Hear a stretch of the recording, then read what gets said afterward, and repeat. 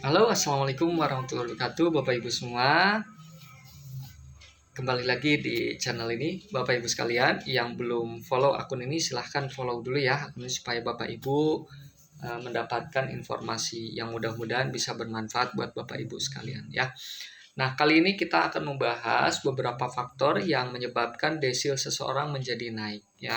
Karena ini penting untuk Bapak Ibu sekalian agar Bapak Ibu memahami, mengetahui ya informasi ini yang memang sangat dibutuhkan ya di luar sana ya, banyak orang yang masih belum memahami kenapa desilnya naik begitu. Itulah yang kemudian akan kita diskusikan pada hari ini ya.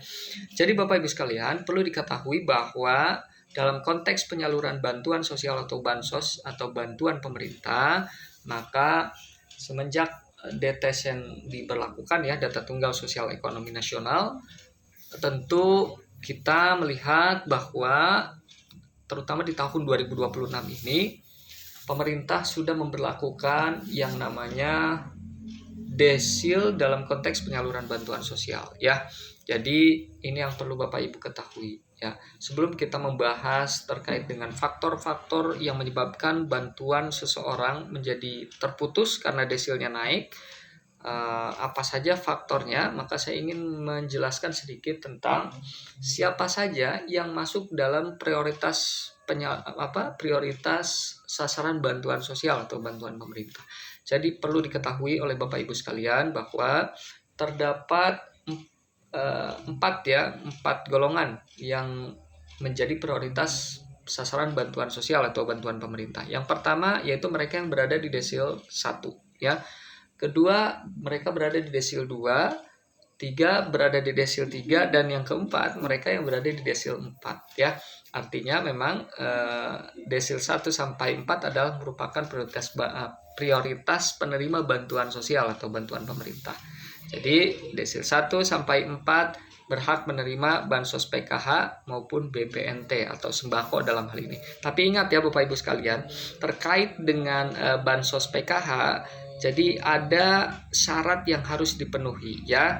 Jadi berbeda nih dengan bantuan lain ya. Kalau PKH itu mensyaratkan keluarga penerima manfaat itu harus memiliki salah satu komponen ya. Itu di video-video yang lain saya telah ulas itu ya, komponen-komponen yang harus dimiliki minimal satu komponen, baik itu komponen pendidikan, kesehatan maupun kesejahteraan sosial ya. Lengkapnya ada di video saya yang lainnya.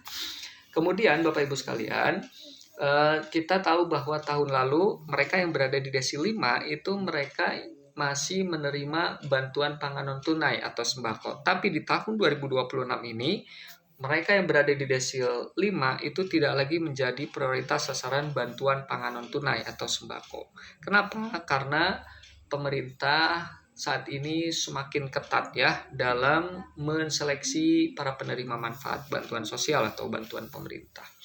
Nah, apa saja faktor yang menyebabkan desil Bapak Ibu naik menjadi tinggi begitu ya?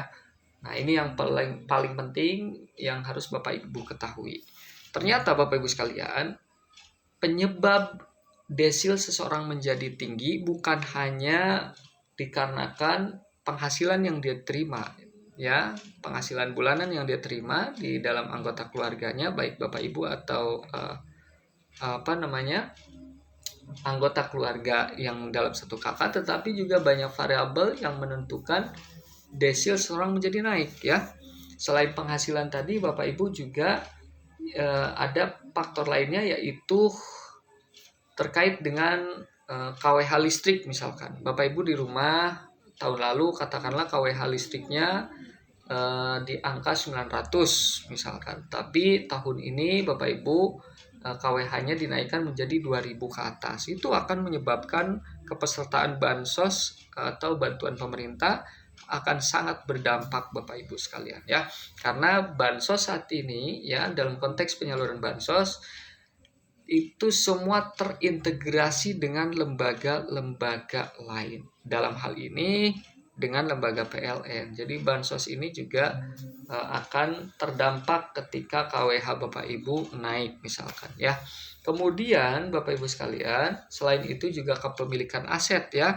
baik itu kendaraan roda 4 maupun kendaraan roda 2, ataupun Bapak Ibu punya lahan atau tanah ya yang luasnya misalkan ribuan meter atau bahkan hektaran, itu juga akan menjadi salah satu faktor penyebab desil Bapak Ibu menjadi naik ya begitu. Bagaimana itu bisa diketahui oleh pemerintah? Sekali lagi Bapak Ibu sekalian, karena dalam konteks penyaluran bansos saat ini bantuan sosial itu terintegrasi dengan lembaga yang tadi saya sebutkan ya, lembaga-lembaga. Nah, dalam hal ini jika Bapak Ibu katakanlah punya kendaraan ya, maka itu akan terkoneksi dengan Samsat. Bapak Ibu punya tanah, terkoneksi atau terhubung dengan Badan Pertanahan Nasional atau BPN ya. Dan katakanlah Bapak Ibu misalkan punya kredit ya, kredit atau cicilan di bank, misalkan pinjaman atau kredit kendaraan, itu juga akan terkoneksi ya, jadi akan teridentifikasi oleh sistem secara otomatis, sehingga itu juga akan menyebabkan desil Bapak Ibu naik ke atas begitu. Dan di samping itu juga Bapak Ibu sekalian perlu diketahui bahwa kalau di dalam anggota keluarga Bapak Ibu, terutama dalam satu kakak, ada anggota keluarga yang bekerja penghasilannya di atas UMR atau UMK, itu juga akan berdampak pada dalam konteks penyaluran bantuan sosial dalam hal ini.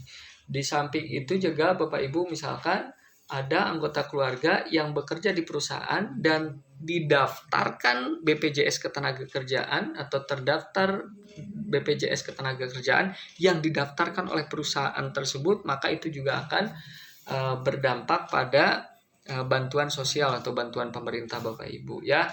Nah, ini juga berbeda nih ya. Ini berbeda dengan BPJS Ketenagakerjaan yang didaftarkan oleh pemerintah ya. Ini perlu dibedakan karena ada beberapa wilayah yang memang memiliki program program pembiayaan BPJS Ketenagakerjaan bagi mereka yang masuk pekerja rentan, itu beda ya. Nah, kalau yang saya maksud adalah BPJS Ketenagakerjaan yang didaftarkan atau terdaftar dalam perusahaan di mana dia bekerja begitu ya, itu berbeda konteksnya Bapak Ibu sekalian. Jadi itu kemudian masih banyak ya sebetulnya variabel yang bisa menyebabkan desil seseorang menjadi naik begitu atau menjadi tinggi ya. Nanti kita akan bahas lagi di video-video berikutnya. Jangan lupa share informasi ini kepada banyak orang ya, supaya banyak masyarakat juga yang tercerahkan. Mudah-mudahan informasi ini bermanfaat buat Bapak Ibu, keluarga, saudara dan sebagainya. Dan jangan lupa Bapak Ibu sekalian follow akun ini supaya Bapak Ibu tidak ketinggalan informasi penting lainnya dari saya. Terima kasih. Wassalamualaikum warahmatullahi wabarakatuh.